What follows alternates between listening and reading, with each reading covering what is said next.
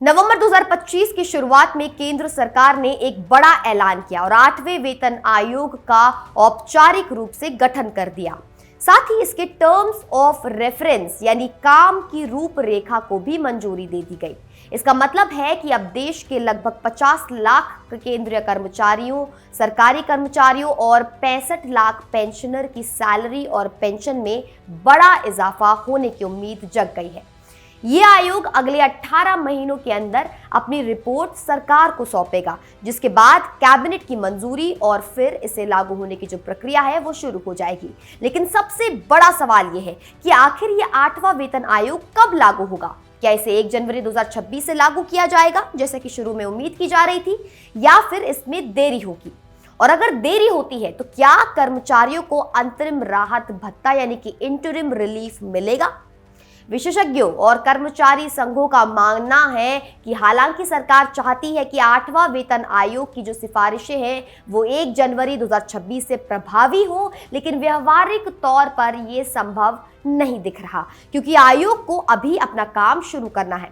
विभिन्न कर्मचारी संघों से मुलाकात करनी है, डेटा इकट्ठा करना है, महंगाई दर यानी कि इन्फ्लेशन, आर्थिक स्थिति और सरकार की वित्तीय क्षमता का आकलन करना है और फिर फिटमेंट फैक्टर तय करना है। फिटमेंट फैक्टर वो गुणांक है जो तय करता है कि कर्मचारियों की बेसिक सैलरी में कितनी बढ़ोतरी होगी।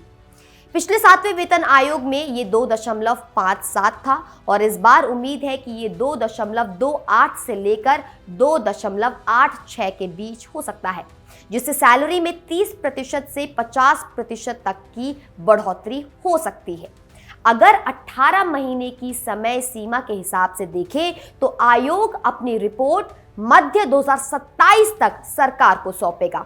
उसके बाद मंत्रिमंडल की मंजूरी और संसद से पास होने में और 4 से 6 महीने लग सकते हैं। इसका मतलब है कि 8वां वेतन आयोग लागू होने में करीब 2 साल का समय लग सकता है, यानी संभवतः 2027 के अंत तक। अब सवाल यहां पर यह है कि क्या सरकार इस देरी को देखते हुए कर्मचारियों को कोई अंतरिम राहत यानी कि इंटरिम रिलीफ देगी? इतिहास गवाह है कि 5वें वेतन आयोग के दौरान कर्मचारियों को 3 बार अंतरिम राहत दी गई थी, जब आयोग को समय बढ़ाना पड़ा था।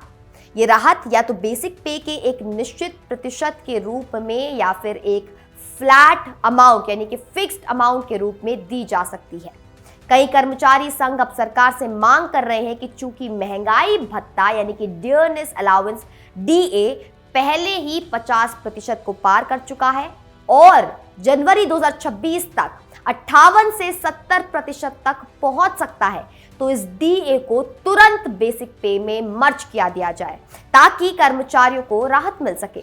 ये एक तरह का अंतरिम राहत होगी जो आयोग के लागू होने तक कर्मचारियों की क्रय शक्ति यानी कि परचेसिंग पावर को बनाए रखेगा। हालांकि सरकार ने अभी तक इस पर कोई स्पष्ट जवाब नहीं दिया है, लेकिन संसद में 1 दिसंबर 2025 को इस मुद्दे पर सवाल उठाए गए थे। राजनीतिक विश्लेषकों का कहना है कि सरकार के लिए फरवरी 2027 में होने वाले उत्तर प्रदेश विधानसभा चुनाव से पहले 8वें वेतन आयोग को लागू करना राजनीतिक रूप से फायदेमंद हो सकता है, क्योंकि यूपी में केंद्रीय कर्मचारियों की बड़ी संख्या है। अगर आयोग की रिपोर्ट जल्द आ जाती है तो मंजूरी में तेजी लाई जाती है, तो ये संभव है कि चुनावों से पहले या तो पूरा वेतन आयोग लागू हो जाए या कम से कम एक मोटी अंतरिम राहत का ऐलान हो। लेकिन अगर प्रक्रिया में देरी होती है तो ये 2027 के अंत या 2029 के लोकसभा चुनावों के करीब भी लागू हो सकता है। अंतिम बात यह है कि 8वां वेतन आयोग का गठन जो है वो हो चुका है, लेकिन धैर्य रखना जरूरी है। कर्मचारियों और पेंशनर्स को उम्मीद है कि सरकार जल्द से जल्द रिपोर्ट को मंजूर करे और अगर देरी होती है तो बीच में कोई राहत जरूर दे।